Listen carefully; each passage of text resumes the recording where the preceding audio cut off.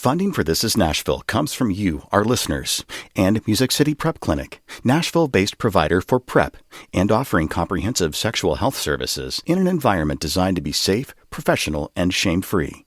Learn more at musiccityprep.org. From WPLN News, I'm Khalil Ekolona, and this is Nashville.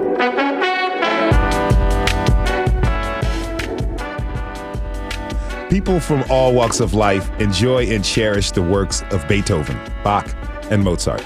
But when it comes to who plays this music on those classical stages, there's not a lot of diversity. African-American musicians have been underrepresented in the classical musical world for years, even here in Music City. But there's a new symphony in town working to change that. This weekend, the Nashville African-American Wind Symphony will hold its first performance. Later this hour, we'll talk with the symphony's founder and a few young classical musicians about their musical journeys and what they want to see next. But first, if you're new to Nashville, like me, and people look at you funny when you try to pronounce a street or town name, you're not alone. I'm talking about Demonbreun and Lafayette, just to name a few. Even longtime residents can't always explain why those names are pronounced the way they are. This prompted a listener to write into our podcast, Curious Nashville. So WPLN's Mariana Bacallao took a deep dive into some of those stories behind the names, and she joins us now. Hey, Mariana, how are you?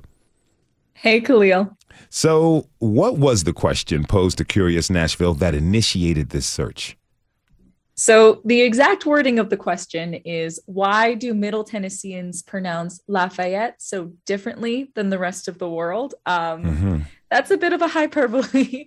There are other places in the South that pronounce it Fayette rather than Fayette, but most of those places don't have the law in front of them, which kind of makes Middle Tennessee unique in that regard. And that also got us looking at a lot of different unique pronunciations that we have here in Middle Tennessee. So like this kind of question stumps a lot of people. When you set out to find an answer for this, how did you start? Yeah, I talked to some local historians and a local linguist. Also got to talk to some tourists and ask them how they pronounce it, just looking at some of these street names. And I think it's important to know like the history of how a lot of these places got their names and then the evolution of how we pronounce those things today. One of the people you talked with is linguist Rick Morris, who ran through a bunch of Tennessee town names with you. Let's listen. Lebanon. I would argue that one's actually two syllables. Lebanon. Lobelville. Murray, McEwen, Medina. A lot of these I didn't know. I think I might have heard some of them, but let's see. Monteagle, Moscow, Madrid. Okay, so Mariana, it's not like Madrid, Spain. Noted. How did we get those? So how did we get those names and pronunciations? Yeah, so I think it all sort of goes back to Revolutionary War era Tennessee. That's the time period that a lot of the places in the state are getting named. So you have a lot of war heroes, obviously, Marquis de Lafayette being one of them. You also have an appreciation in America for similar revolutions that are happening overseas. So you have a lot of, city names abroad also being given new life here in Middle Tennessee. But then you also have a lot of these names are in different languages. And we're not a very multilingual society here in Middle Tennessee. So you have like the naturalization of taking these names from different languages and making them easier to pronounce in English. So what made you want to take on this particular Curious Nashville question? So I've been a host here now a year. And when I was first getting settled in, I think one of the trickiest things to master were the pronunciations of some local places that at a glance I thought I knew, but I did not know because we pronounce things a little differently here. And so getting to know like the origin and the history behind how we got here also helps for, on air, making sure that I'm not mispronouncing a place the way that the locals pronounce it. You gave us this, shall we say, highlight reel of mispronunciations of your own name from right here on public radio. Mariana Bacalhau. Mariana Bacalhau. Mariana Bacalhau. Mariana Bacalhau. Mariana Bacalhau is with us. Man, I feel like I want to laugh, but I also know the feeling of having a name that a lot of people struggle to pronounce correctly. But sometimes it stings a bit too, right? Yes, it definitely does, especially when you have given people pronouncers. But also, I've been on the other end of that, and I know how stressful that is. But, you really do have to have a sense of humor about it, because it's not like you're able to sit down every person who has to pronounce your name and explain, okay, yeah, I have a Cuban surname, so like, even the name that I say on air is in some ways an anglicized version of my name. If you're a Spanish speaker, it's Mariana Bacalhau, but in English, it's Mariana Bacalhau. And that's still, it's a tricky thing that trips a lot of people up. You always got to explain 2 L's in Spanish, make the Y sound. So in some ways, I do feel for the people who hear their towns mispronounced, because it also happens to me. Yeah, happens to me too. Kalile Kelowna, doesn't necessarily roll off of the tongue. So, we all want to pronounce names correctly, especially those of us who are newcomers, like you said. We want to show we know what's up. But what advice do you have for folks who are new to the region and who are just encountering a street or city name that is entirely new to them? Well, I think the tricky thing about Middle Tennessee is sometimes you don't know that you don't know how to pronounce something until you hear a local pronunciation.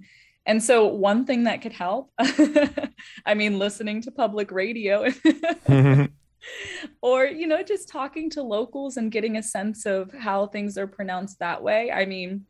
Also understanding you're not always going to get it right on the first try.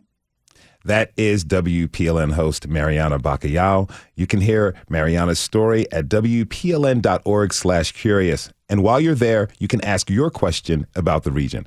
We might just set out to answer them in our next installment of the podcast. We have to take a short break. When we come back, we're going to jam out to some local classical music as Nashville's new African-American Symphony gets ready for their first performance this weekend. Are you a lover of classical music? Well, then tweet us about it at This Is Nashville. We'll be right back.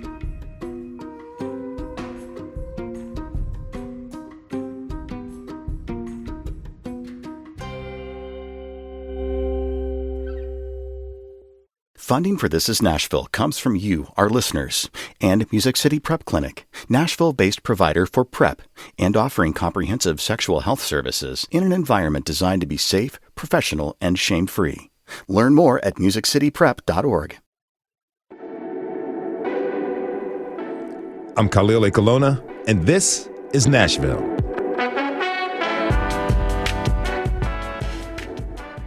There's a new symphony in town.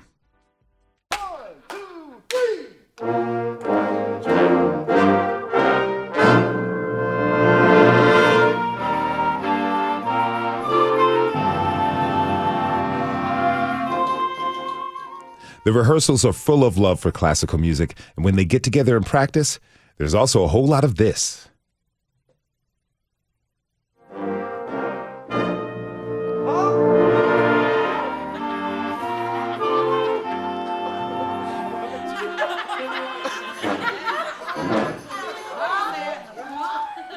Sometimes you just got to stop rehearsal and laugh. This group is not just about playing music. It's also about building community and creating representation for Black musicians in classical music spaces. It's called the Nashville African American Wind Symphony, and my next guest is its founder, Bruce Ayers. Welcome to This Is Nashville. How are you? Oh, I'm doing great, my friend. How about yourself? Well, thank you for having us here today. Pleasure to have you with us. So, set the stage for us. What is a wind symphony? A wind symphony is a group of individuals that play in an ensemble setting, wind band literature music. And so in this ensemble setting, it's not encompassing of what we know as the classical orchestra with the violin, the viola, cello, string, bass. We are a wind symphony, so we have the primary instruments like the flute, clarinet, saxophone, and including percussion. So there's a kind of a discrepancy there. We're not known as the classical orchestra. Okay. There's a difference, yep. There's a little bit of French horn in there? There is French horn, yes, sir. Awesome. So tell me, where did your musical journey begin? Oh, man, my musical journey began about the age of 4. I come from a musical family, and so music has been pretty much a part of my life since I was born. At 4, I started playing the piano with what my grandmother would say, "Boy, stop banging on that piano." To me, I was creating beautiful music. And so my grandfather would step in and say, "Hey, let him play. He might be going somewhere with this." And so at the age of 6, I started taking lessons at church. Church is a big part of my family. I come from a very spiritual background. And so there was a guy that he was offering music lessons on Saturday mornings at the church, free of charge. And so there were people of all ages that would take these lessons. And I'm 6 years old, coming in, they're like, "What can he do?" And so I'd pull up my little keyboard and I start playing, and they're looking like, "Oh, wow." I wasn't playing too much, just maybe a C major chord, but with my small fingers being able to play that consistently, I think that's kind of what made people start investing in my future as far as music is concerned. How'd you get into wind instruments? So wind instruments started because my older cousin, Lorette, my entire family was in the band, but my cousin, she was maybe 10 years older than I am, and so she'd go to band practice, and I'd always go with her. I grew up. My grandparents helped raise us. As my mom worked night shift, and so I would stay over at my grandparents' house, and my cousin also lived there as well. So I'd go to band practice with her, and I'd play her instruments. My sister, she played the clarinet in 5th grade, and so at that time I was probably about 7 years old, and she stopped playing it. Now, the clarinet was not in good condition, and so it didn't work, but I'd play the clarinet like there was the most beautiful sound coming out of it. And so I'd march around the house with it. I sit and try to recreate these themes that I'd heard from my favorite shows. I was even the kid that was marching in the parade next to the band. My mom would make me a uniform, marching down the street with the band. So I grew a passion for music at a very early age. And so when my parents realized this, they invested in some music lessons for me. And this is before I started beginner band in 5th grade. I was already taking lessons in 2nd grade. And so that kind of set me up for success moving forward. So, we've talked a lot on this show about the lack of representation in many musical genres, but, what makes playing classical music different? What are some of the barriers that people might not realize that live in the classical music world? I think some of the barriers are just exposure, especially in our community at young ages. It's not something that we just do at leisure. And that just comes from not knowing that world exists, or the stereotypes that are associated with it as being white music, and just really the students not being able to be engaged. When we look at it from a standpoint of, I don't like the word inner city, but when we look at it from that standpoint, there's just a lack of representation. So the students aren't being able to see themselves in these seats. And so I think that's a barrier. When you don't see yourself, how do you begin to kind of cultivate that lifelong love of it? So how did you come to create something here, like in Nashville, for African-American musicians? So going to college, I attended 2 HBCUs for undergrad, and then my master's, I went to Virginia State University, and I went to Tennessee State University for my master's. And so I came across several wonderful musicians, and most of them weren't music majors. And so, like, for myself, I was a music major, so I was always going to a symposium for music or these conferences, and also participating in these extracurricular like bands, like honors bands and ensembles. And so I thought that when these students graduate, these students that invested a lot of time and education and money into perfecting that craft, what happens to them after they graduate? How do they still do something that was a big part of their life, which was music, specifically performing in an ensemble setting? And so I wanted to provide something for us to continue to do what we loved. And so that's kind of like how the ensemble got started. My next guest is one of those musicians you were thinking about. Ashley Crawford is a flautist and the board president of the Nashville African American Wind Symphony. She's also known as Flute Bay on Instagram. Ashley, welcome to the show. Hi, thanks for having me. Thank you for being here. So you've been playing the flute since you were 10 years old. Yes. What drew you to the instrument? Oh, do we have enough time to talk about that? So around that age, I'm probably going to give away some information here, but Pocahontas was in theaters. Okay, word. I saw it in theaters myself. I was grown, though. So my dad took myself and my cousin to go see this film. And, you know, Disney films are filled with all types of music. So, you know, native indigenous music is usually filled with, you know, percussion and all types of flute sounds. So I'm hearing these sounds and I'm like, Dad, what's that? Like, what's going on? What's making these pretty sounds? And he's like, no, I think that's a flute. And I'm like, I want to do that. I want that. So later on down the line, my elementary school had hired a music teacher, and she came up with the bright idea to start a band for 4th and 5th graders, which was unheard of at that time. So she had an instrument petting zoo where we all came in and was running around trying all these different instruments, and I tried the brass instruments. Sorry, Bruce, was pretty unlucky on that.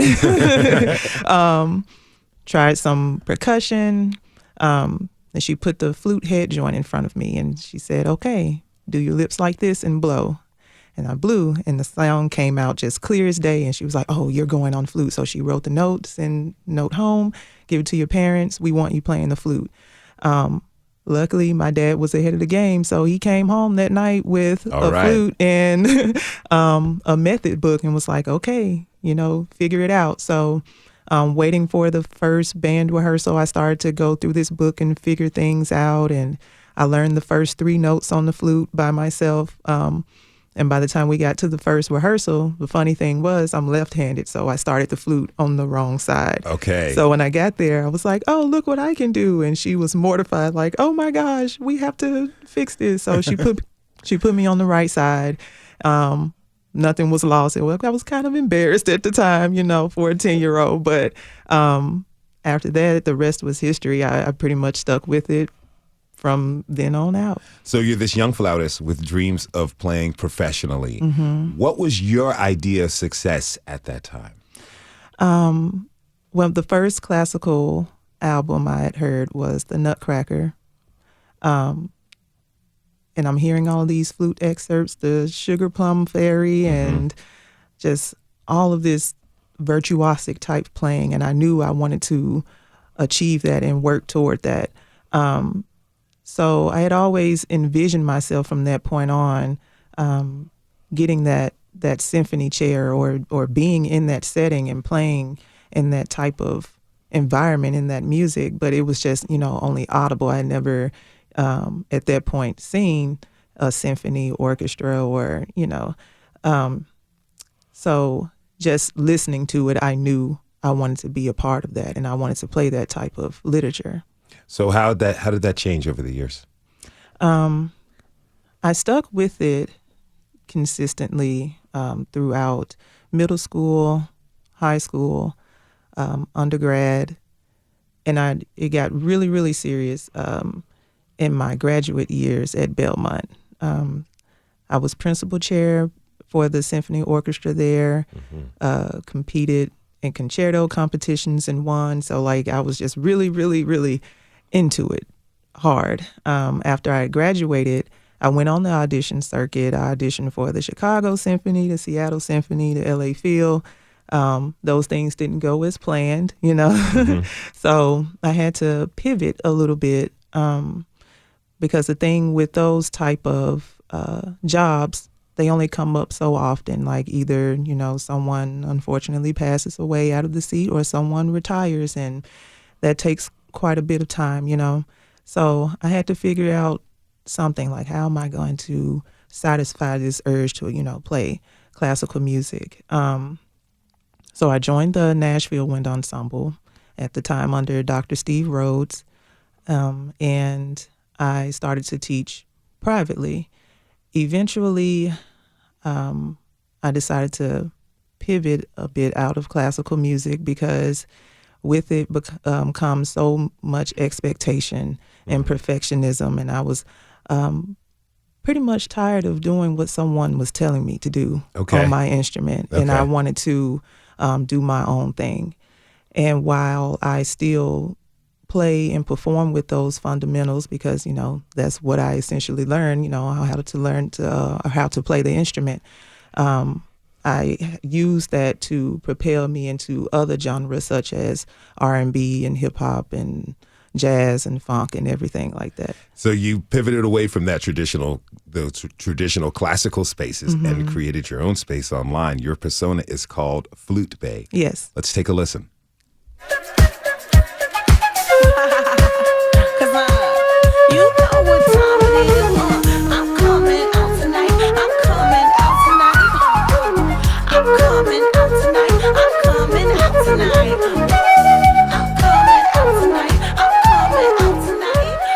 Now, in these videos, it looks like you're having so much fun. What have you been able to find, like in this kind of work, that you weren't able to find in the classical music world? Well, it is fun. I was able to find freedom of expression and just being more liberal in the way that I play. With classical music, you know, you're playing all of this traditional literature that has been performed hundreds and hundreds and thousands of times. Like, how many times can we play a Mozart in G? How many times can we play a Martin ballade or something like that? Like, it's only going to go so far as far as interpretation. And if you interpret too much, then you're breaking some rules, or it's blasphemy in classical music. Versus if I'm branching out and I'm doing my own thing, no one can tell me what's a mistake. No one can tell me, hey, this is not how you do this thing.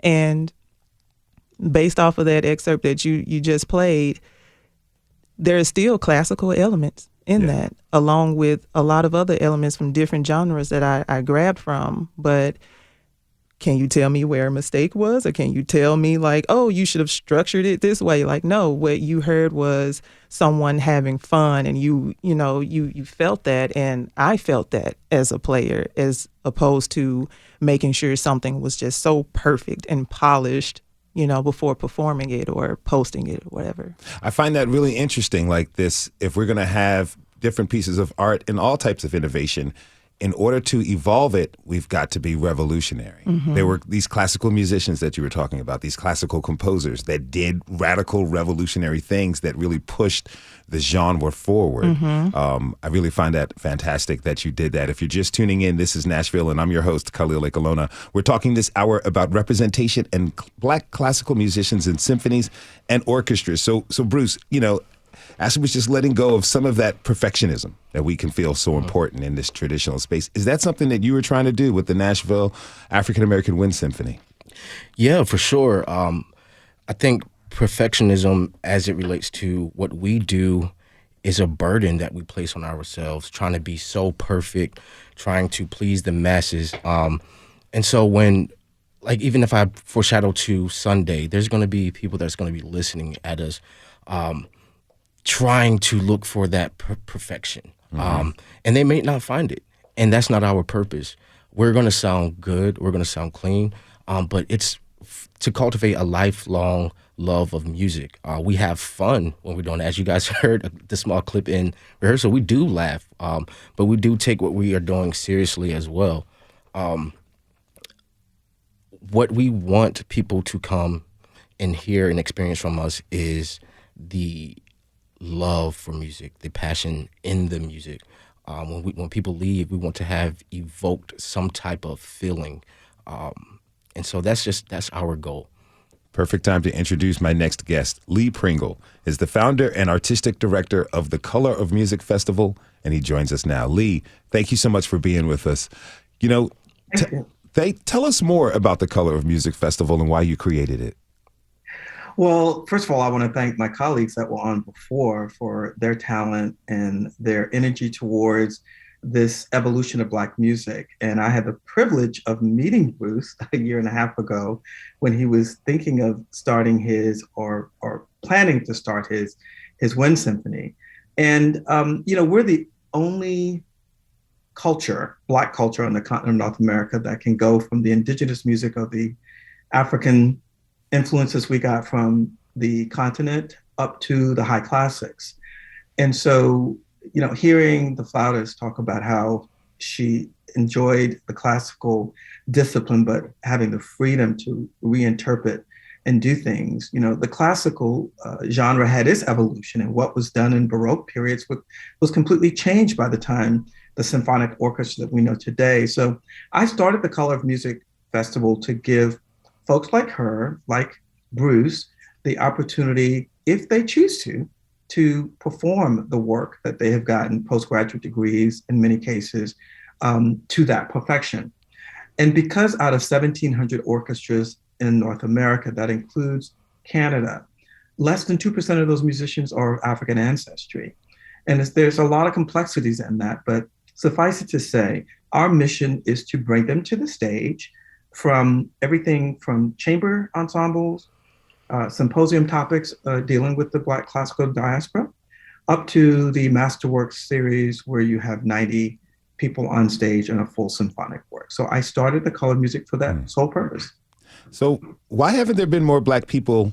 Why haven't they gained more prominence in the classical music realm? Because there needs to be more people like myself and Bruce in the executive wing making artistic decisions. And unfortunately, all classical genres are still mainly dominated by white males. White females have made some inroads, but until you have people who bring their life experiences to the decision making, you're going to get the type of art form that is the sum of their life experiences. I think Bruce and the flautist, and forgive me for not having her name, mentioned, they were probably the only ones taking the talent that they had and staying on that course to get to the point of being able to provide that perfection for that foundational type of learning that they got. And so I think a lot of it has to do with exposure, having access to, and giving Black kids access to classical music changes their lives. So tell me a little bit further, what type of impact do you hope your festival has? I hope, number one, that it will inspire more young people to see themselves as arts administrators. Number two, I hope that they will look at classical music as an opportunity to take them places that they can't go physically. Because music is such a global art form, composers come from various corners of the world. As they learn about a composer, they learn about where the composer's folk music came from. And I think by having the display of the various hues of Black people globally, that's an inspiration. And I can tell you, having gone through beginner's band and high school band, that my music educator was an inspiration for me. And for many, many kids, music puts them on a academic trajectory that they do better in math and sciences. They generally get higher education. And there are all these benefits when a kid learns piano, violin, or a woodwind instrument like the flute. So I think that the more we get kids into the arts, the broader their view on the world becomes. So, Bruce, when is the first show where people can see the Nashville African American Wind Symphony perform? Yes, our first show, our inaugural concert, the theme is a celebration of freedom. It is going to be on Sunday, June 19th at 4 o'clock on the campus of Belmont University in the McAfee Concert Hall. Ashley, what can audiences look forward to? They can look forward to seeing a community that isn't normally in this space performing this type of music. I hope that they walk away with a higher level of awareness and education about African American musicians in this space, along with learning more about Juneteenth as well. And overall, just having a wonderful experience in music. I look forward to it. That was Ashley Crawford, a.k.a. Flute Bay, and Bruce Ayers from the Nashville African American Wind Symphony. They were joined by Lee Pringle, founder of the Color of Music Festival. Thanks to you all for being with us today. Thank you. Thank you for having us. Thank you.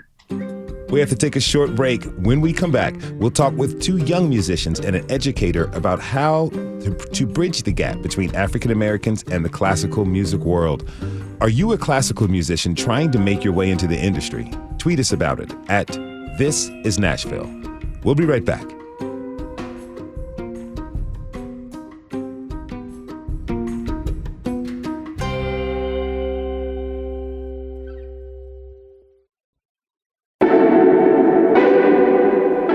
I'm Khalil Ekalona, and this is Nashville.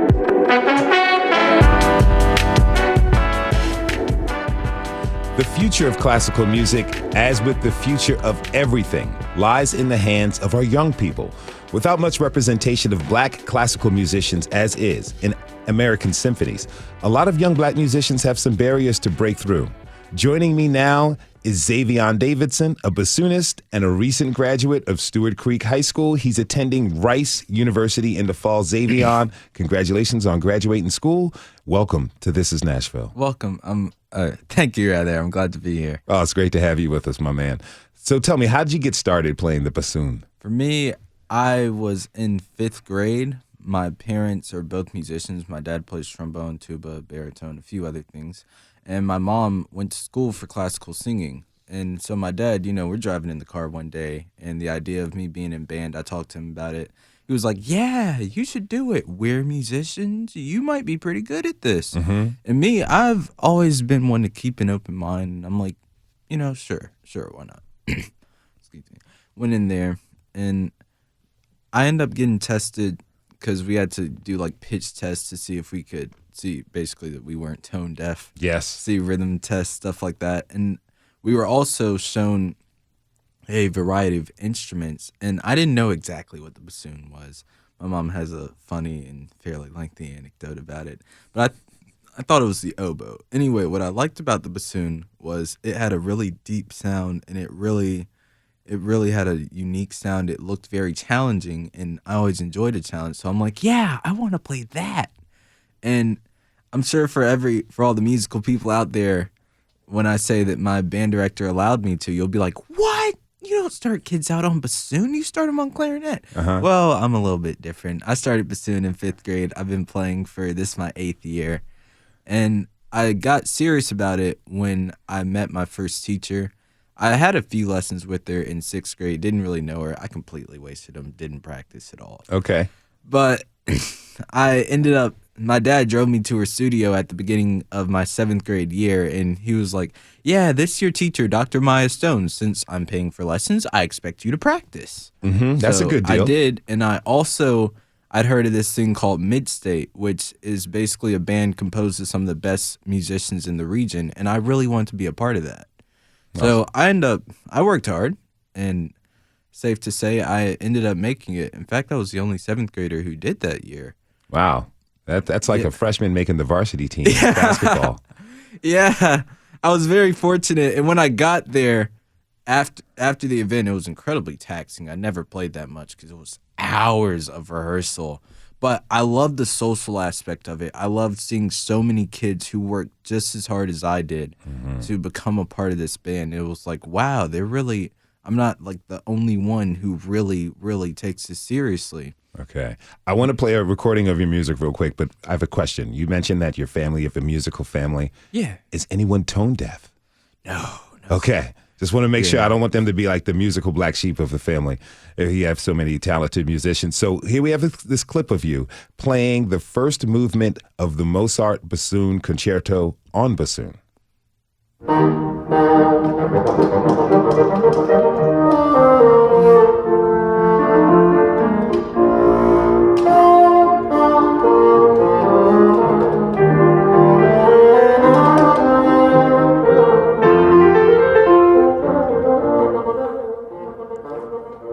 This performance is like 8 minutes long, all memorized. Hardly seems like you're stopping to breathe. Really, really impressive. So, you talked about how you got into the bassoon.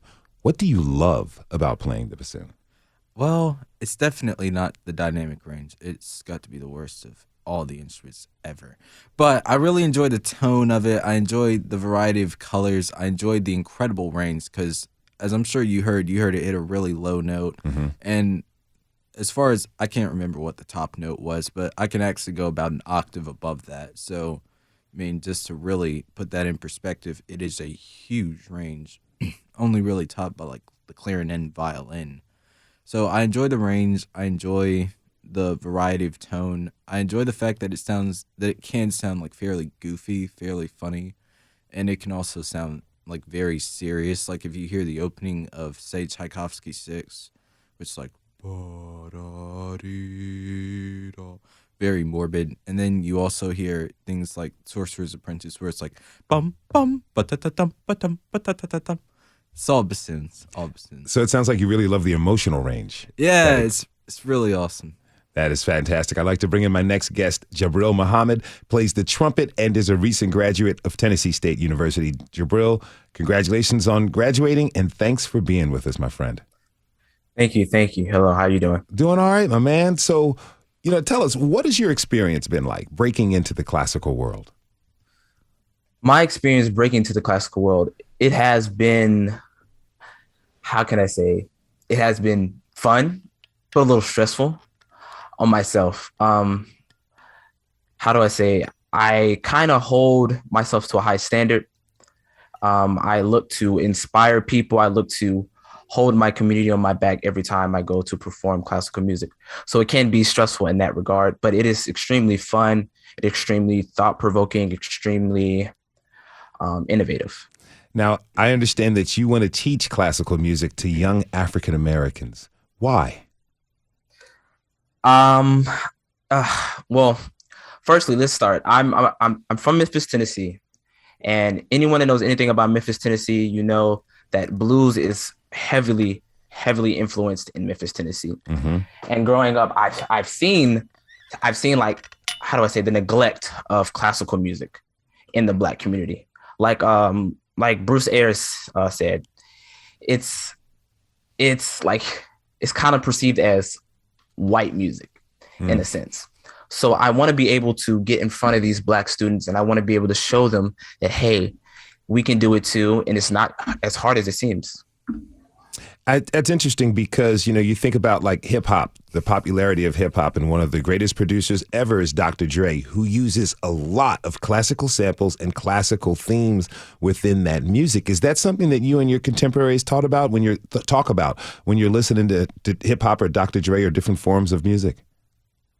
I'm sorry, can you ask that one more time? I'm just asking about, Dr. Dre, who produced everybody from Snoop Dogg, Kendrick Lamar's first album, Eminem, 50 Cent, even his own work had a lot of classical music within that. And it was a good bridge for people to get into classical music who are strictly hip hop listeners. Is that something that you and your contemporaries have spoken about, like the influx of classical in hip hop when it's used?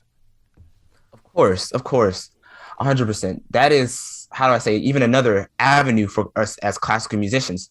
We can go into the studio, we can lay some tracks for a hip hop artist. I've recently laid some tracks for a couple of hip hop artists here in Memphis.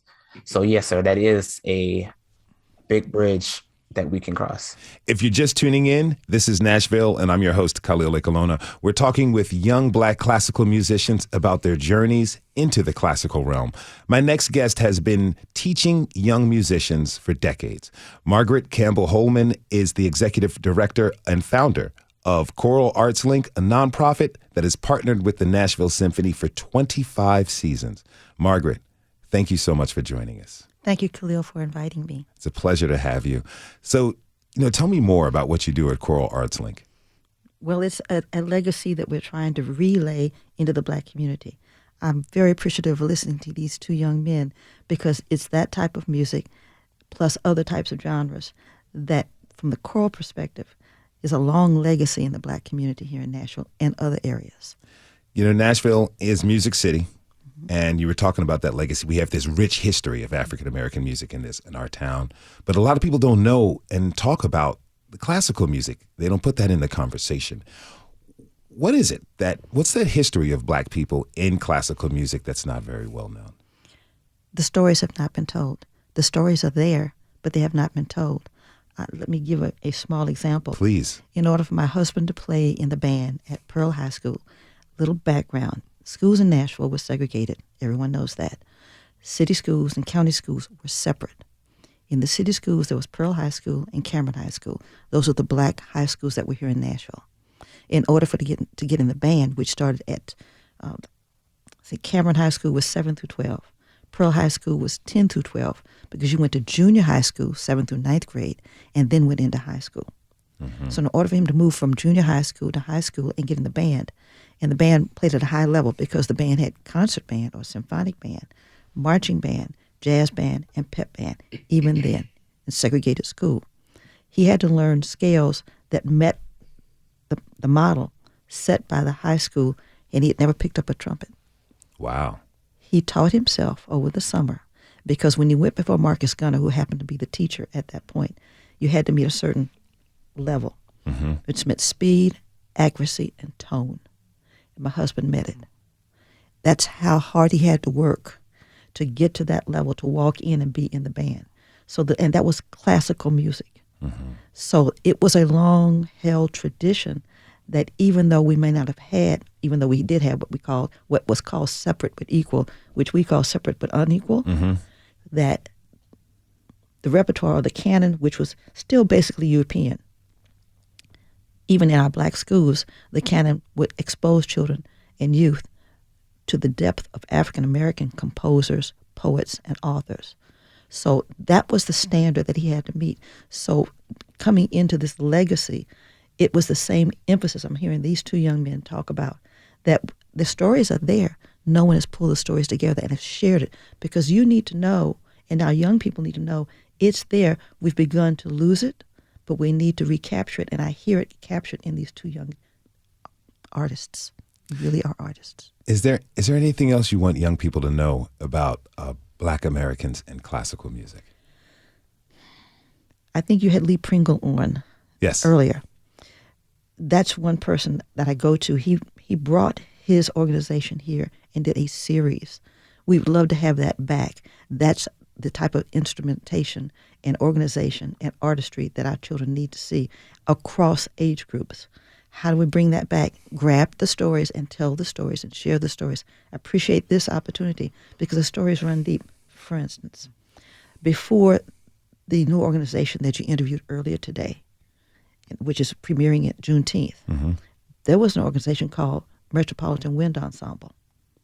And that organization tried to reintegrate and reset the task of sharing with students across age groups classical music, and that's all they played.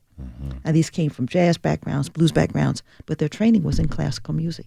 So but my husband always said the classical music training prepared you for anything else you wanted to do, but it was the ground source, that classical music training.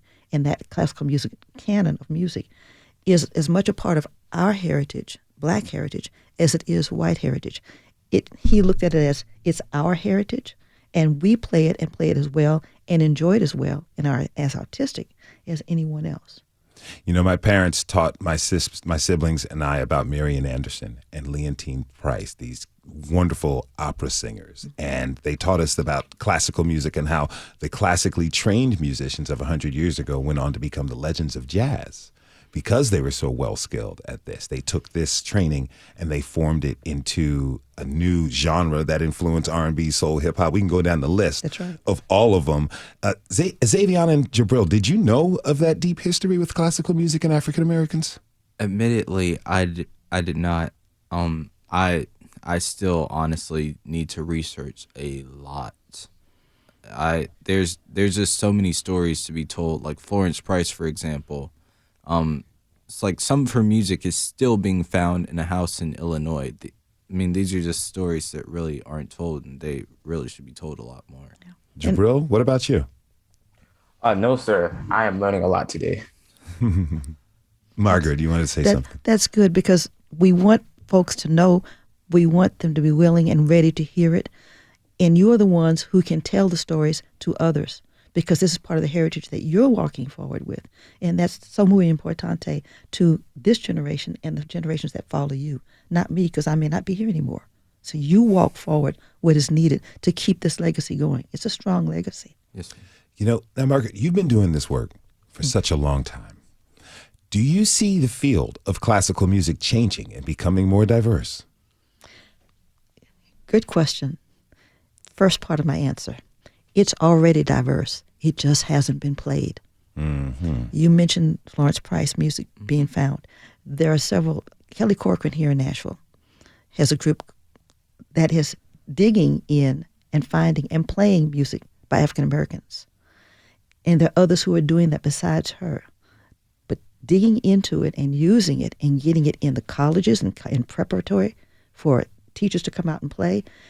We have students now who want it, but the teachers are not aware of the repertoire that's available. And the repertoire is there, and it's still needed to be discovered. What do you think needs to happen next? What do you want to happen next? More conversations like this spread across not just Nashville, but nationally, linked with other WPLN studios like you have here, telling the stories, especially with our young people involved, and grinding down to the source. And we have many resources. There's a man right here at Fisk University who is a band person. He is known around the country for the music he composes. He's not known here. What's his name?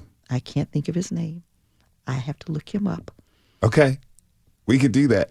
I want to ask Jabril, you know, you're thinking of this and you talked a little bit about what you want to do with your career. What kind of opportunities do you want to create in your pursuit of classical music? Opportunities for others? Yes. Yes, sir. Well, the opportunities I want to create for others, I want to be able to basically pave a pathway for young musicians to pursue a higher education.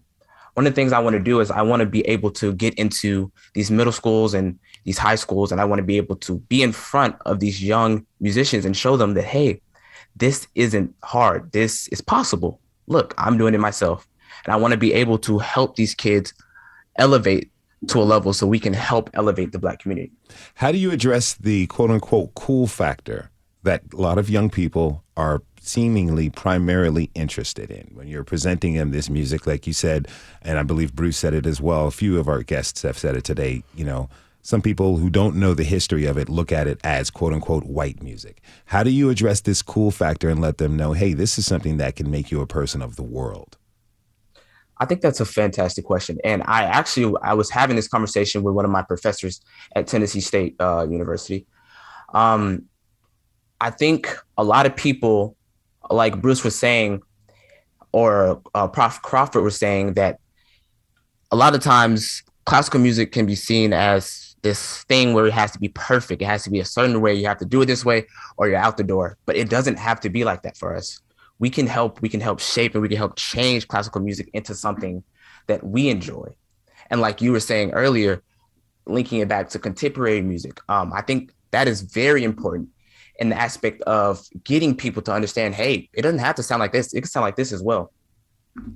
Now, Xayvion, I want to know, what your future holds. What should we be paying attention to with not only yourself, but your entire generation of young classical musicians?